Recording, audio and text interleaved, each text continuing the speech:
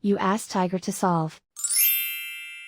This deals with linear equations with one unknown. The final result is n equals 4. Let's solve it step by step. Group all n terms on the left side of the equation. Subtract n from both sides. Simplify the arithmetic.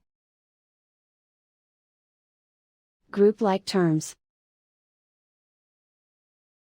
Simplify the arithmetic.